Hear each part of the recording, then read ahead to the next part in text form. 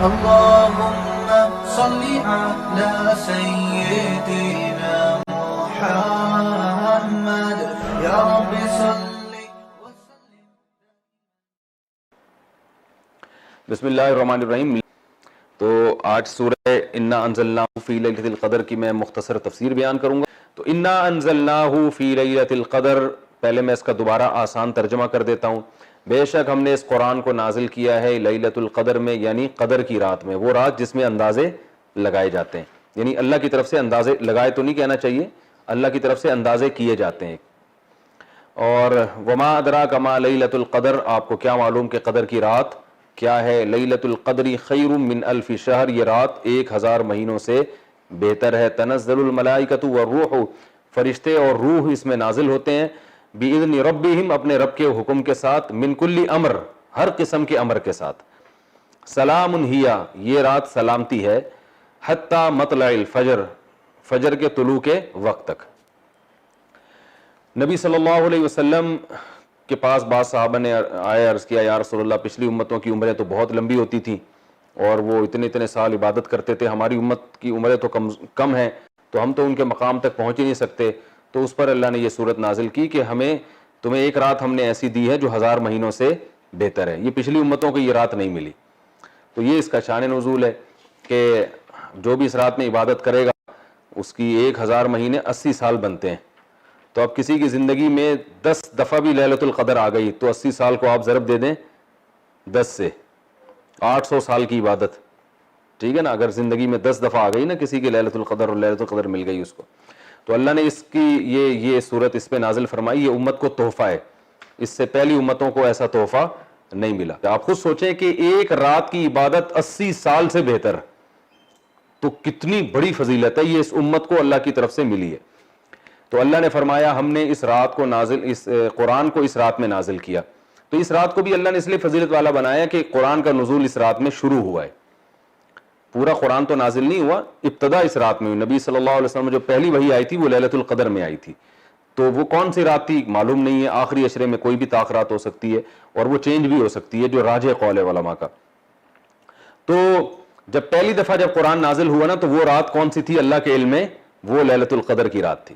تو اللہ نے اس رات کو فضیلت یہ دی ہے، اس میں قرآن کا نزول ہوا ہے. تو یہ بھی ایک بڑی برکت کی فضیلت کی چیز ہے کہ اللہ کسی اور رات کا بھی انتخاب کر سکتے تھے، تو اللہ نے رمضان کے مہینے کا انتخاب کیا، رمضان کے آخری عشرے کا انتخاب کیا، اور جس رات کا انتخاب کیا وہ لیلۃ القدر تھی. وما ادراک ما لیلۃ القدر، فرمایا تمہیں کیا معلوم کہ لیلۃ القدر کیا ہے. یہ عظمت بیان کرنے کے لیے. لیلۃ القدر خیر من الف شہر، یہ رات 1000 مہینوں سے بہتر ہے. لیلۃ القدر خیر من الف شہر. اور پھر اس میں الگ برکتیں بھی الگ سے نازل ہوتی ہیں. تنزل الملائکۃ والروح فیہا بإذن ربہم من کل امر، فرشتے اور روح سے مراد ہے جبریل علیہ السلام. قرآن میں ایک اور مقام پہ آپ کو نزل بہ الروح الامین کہا گیا ہے. روح الامین، روح اس لیے کہا جاتا ہے کہ انسان جو ہے نا مادی زندگی اور روحانی زندگی دونوں کا مجموعہ ہے. مادی زندگی کو طاقت ملتی ہے ڈاکٹروں سے، وہ آپ کی باڈی کا خیال کرتے ہیں. روحانی زندگی کو طاقت ملتی ہے وحی سے. تو جبریل علیہ السلام ہر پیغمبر پر وحی لے کر آتے تھے. تو اس لیے انسانوں میں روح پھونکنے کا ذریعہ، روح کا ذریعہ کون بنے؟ جبریل علیہ السلام. یعنی انسانوں کی روحانی زندگی کو طاقت بخشنے کا ذریعہ کون بنے؟ جبریل علیہ السلام. اس لیے ان کا نام ہی، لقب ہی اللہ نے روح رکھ دیا ہے کہ آپ کی روحانی زندگی کے لیے کیا ہے؟ وہ طاقت اور قوت کا سبب. اور روح الامین اس لیے کہ امانت دار ہیں، جو وہی آسمان سے نبی پر لے کر آتے ہیں اس میں خیانت نہیں کرتے، پورا پیغام پہنچاتے ہیں. تو اللہ نے فرمایا کہ جبریل کی یہ خاصیت ہے کہ جب اللہ کا پیغام پیغمبر تک لے کر آتے ہیں تو اس میں خیانت نہیں کرتے، جیسا جیسا پیغام تھا ویسے ہی نبی کے دل پہ نازل کرتے ہیں. اس لیے ان کو روح الامین بھی کہا گیا ہے. تو اس میں جبریل علیہ السلام بھی نازل ہوتے ہیں اور بھی فرشتے نازل ہوتے ہیں ہر قسم کے احکام لے کر. وہ احکام میں کیا ہوتا ہے کہ اللہ تعالیٰ کی طرف سے تقدیر کے فیصلے بھی ہوتے ہیں کہ اس سال کون مرے گا کون جیے گا. تو وہ اللہ فرشتوں کو کہتے ہیں جاؤ زمین پہ یہ کام ڈیوائیڈ کر دو، اور جو جس کو اٹھانا ہے اٹھا لو، جس کے رزق میں برکت دینی ہے اس کو رزق کے فیصلے کر دو. اب اصل جو تقدیر ہے نا وہ تو اللہ نے لوح محفوظ میں بہت پہلے لکھ دی ہے، اس میں کبھی بھی کوئی تبدیلی نہیں ہو سکتی. دعا بھی اسی تقدیر کا حصہ ہے. جیسے اللہ نے کسی کے بارے میں لکھ دیا نا کہ اس کو روزی ملے گی، اب اس کو روزی مل نہیں رہی ہوتی تو وہ اللہ سے دعائیں مانگتا ہے اور روزی ملنا شروع ہو جاتی ہے. تو اصل تقدیر میں لکھا ہوتا ہے کہ اس کو روزی ملے گی نہیں, یہ دعائیں مانگے گا, اس دعا کی وجہ سے اس کی روزی میں برکت ہو جائے گی. تو وہ ہر چیز, یعنی آپ کا عمل بھی پہلے سے طے شدہ ہے, حتیٰ کہ جنت اور جہنم بھی پہلے سے طے شدہ ہے. یعنی اس میں لکھا ہوا ہوتا ہے کہ یہ انسان, اس کے پاس پیغمبر آئیں گے, اس کو سیدھی راستہ بتائیں گے, یہ اپنے اختیار سے غلط راستہ اختیار کرے گا اور بالآخر جہنم میں جائے گا. تو اب اس میں ظلم اس لیے نہیں ہے کہ اللہ کا علم کامل ہے, اللہ کو پتا ہے کہ میں جب آزماؤں گا تو کون آزمائش میں پورا اترے گا اور کون اس آزمائش میں ناکام ہوگا. تو اللہ کا علم کامل ہے نا, اس لیے بعض علماء کہتے ہیں کہ تقدیر اللہ کے علم کا نام بھی ہے, تو اس حساب سے ہر چیز لکھی ہوئی ہے. اب سوال یہ پیدا ہوتا ہے, لوگ یہاں یہ اشکال کرتے ہیں پھر عمل کا فائدہ کیا؟ بھائی جب سب پہلے سے لکھا ہوا ہے تو عمل کا فائدہ کیا؟ بھائی عمل کا فائدہ یہ ہے کہ عمل بھی پہلے سے لکھا ہوا ہے اور وہ آپ کو پہلے سے پتا ہوتا نہیں ہے. آپ جب کام کریں گے تو پتا چل جائے گا کہ پہلے سے لکھا ہوا ہے, ٹھیک ہے نا. اگر نہیں کریں گے تو پتا چل جائے گا کہ لکھا ہوا نہیں تھا. اب چونکہ پتہ ہی نہیں ہے تو یہی آزمائش ہے. تو تقدیر ایک حقیقت ہے, یاد رکھیں. یہ اہل سنت والجماعت کا متفقون علیہ عقیدہ ہے, بہت ساری احادیث اور قرآن کی آیتیں اس پر کہ ہر چیز پہلے سے طے شدہ ہے, اس میں پتہ بھی اس تقدیر کے بغیر نہیں ہل سکتا. جو کچھ لکھا, حتیٰ کہ جنت جہنم سب چیزیں, لیکن یہ اللہ نے علم چھپا دیا ہے اور یہی انسان کی آزمائش ہے. اب اگر کوئی شخص بدعمالیاں کر کے جہنم میں جائے گا, وہ یہ نہیں کہہ سکتا کہ اللہ میری مقدر میں چونکہ جہنم تھی اس لیے میں جا رہا ہوں. اللہ کہے گا تجھے پہلے کس نے بتا دیا تھا تیرے مقدر میں ہے؟ تو وہ جواب میں, اور تو نے تو زنا کیا, شراب پی, یہ کیا, اس لیے جہنم میں جا رہا ہے. تو وہ کہہ سکتا ہے اللہ زنا شراب بھی تو تقدیر میں تھے نا. تو اللہ یہی کہے گا جب تک زنا کیا نہیں تھا تو تجھے کس نے بتایا تھا؟ تو بچ جاتا. تو اس سے یہ ثابت ہو جاتا ہے کہ تیری تقدیر میں بچنا لکھا ہوا ہے. سمجھ میں آ رہی ہے بات؟ تو یہی انسان کی کیا ہے؟ آزمائش ہے. تو اللہ ہم سب کو جنت میں لے جائے اور ہماری مقدر میں جنت ہی لکھی ہوئی ہو, اللہ کرے. تو حدیث میں آتا ہے اعملوا فکل میسر لما خلق لہ, عمل کرو جو جس نے جہاں جانا ہے نا ویسے اعمال کرے گا وہ.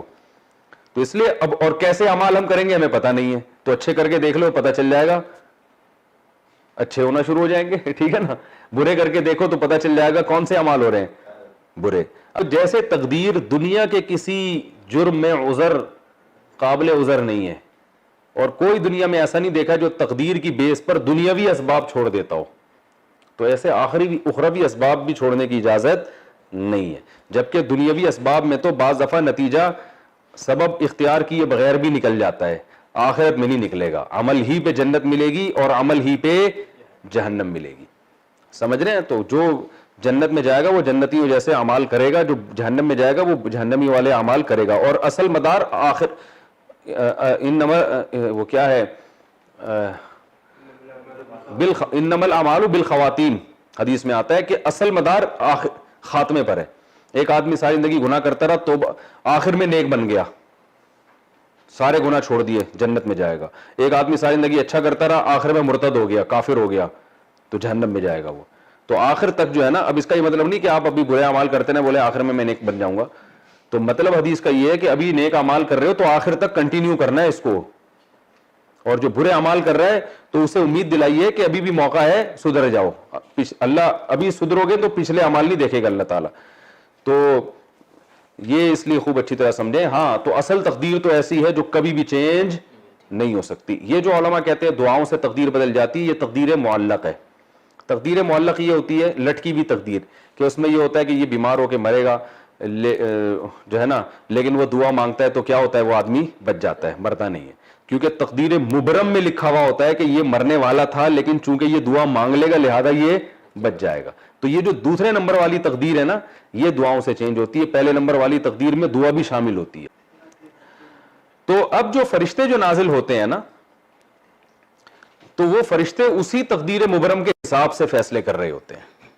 اب سوال پیدا ہوتا ہے وہ تقدیر میں تو سب کچھ اللہ نے پہلے سے لکھ دی ہے, تو فرشتے جو نئے آرڈر لے کے نازل ہوں گے تو ہمیں عبادت کرنے کا حکم کیوں ہے؟ کیا فائدہ ہوگا؟ پورے سال پہ اس کے اثرات کیا پڑیں گے؟ بھائی جب اصل جو اللہ نے لکھ دیا وہ تو چینج نہیں ہو سکتا. تو یاد رکھیں جب لیلۃ القدر میں کوئی عبادت کرتا ہے, دعائیں مانگتا ہے, تو تقدیر معلق میں تو یہ ہوتا ہے کہ اس سال اس کو یہ حادثہ ہوگا, یہ نقصان ہوگا, لیکن جو لیلۃ القدر میں دعائیں مانگے گا, اچھے اعمال کرے گا, اس کے ساتھ یہ حادثہ نہیں ہوگا. اور تقدیر مبرم میں لکھا ہوتا ہے کہ یہ دعائیں مانگے گا، لہذا ہم پہلے سے لکھ دیتے ہیں کہ اس کے ساتھ یہ حادثہ نہیں ہوگا. اس لیے علماء کہتے ہیں کہ لیلۃ القدر کی رات میں گناہ کرنا یہ بہت بڑی تباہی ہے، کیونکہ آپ اس وقت میں برائیاں کر رہے ہو جب آپ کے پورے سال کے فیصلے ہو رہے ہیں. سلام ہی، اللہ فرماتے ہیں یہ رات سراسر سلامتی ہے اور طلوع فجر تک. تو لیلۃ القدر کا وقت شروع ہوتا ہے عشاء کے وقت سے، یعنی سورج جب 18 ڈگری نیچے چلا جاتا ہے نا، 18 ڈگری، ایک قول کے مطابق 15 ڈگری، لیکن راجح قول کے مطابق 18 ڈگری، جب سورج نیچے چلا جاتا ہے اور مغرب کی جانب سفیدی بالکل ختم ہو جاتی ہے، نہیں سوری اس میں 15 ڈگری ہے، شفق احمر سرخ روشنی جب ختم ہوتی ہے نا تو صاحبین اور تینوں اماموں کے نزدیک عشاء کا وقت شروع ہو جاتا ہے. 15 ڈگری پہ ہوتا ہے وہ، اور جو سفید روشنی ختم ہوتی ہے وہ 18 ڈگری پہ ہوتی ہے. تو 15 ڈگری جب سورج نیچے جاتا ہے اور سرخ روشنی ختم ہو جاتی ہے تو عشاء کا وقت شروع ہو جاتا ہے. اور لیلۃ القدر بھی، یہ لیل عربی میں اسی ٹائم کو کہتے ہیں لیل. اور جیسے ہی فجر کا وقت شروع ہوتا ہے، فجر کا وقت بھی جب سورج مشرق کی طرف 15 ڈگری پر ہوتا ہے، جو ہمارے حضرت کا قول تھا اور ہم بھی اسی پر عمل کرتے ہیں، تو اس وقت فجر کا صبح صادق شروع ہو جاتی ہے. اور جو دوسرے علماء ہیں ان کے نزدیک جب سورج 18 ڈگری پر ہوتا ہے، تھوڑا پہلے شروع ہوتی ہے، اور ہمارے حضرت کے ٹائم کے مطابق تھوڑا بعد میں شروع ہوتی ہے. بہرحال جیسے ہی صبح صادق شروع ہوگی لیلۃ القدر ختم. تو یہ جو پیکج ہے نا بس اسی ٹائم کے لیے. اللہ تعالیٰ سمجھنے کی، عمل کی توفیق عطا فرمائے. سبحانک اللہم و بحمدک، نشہد ان لا الہ الا انت، نستغفرک و نتوب الیک.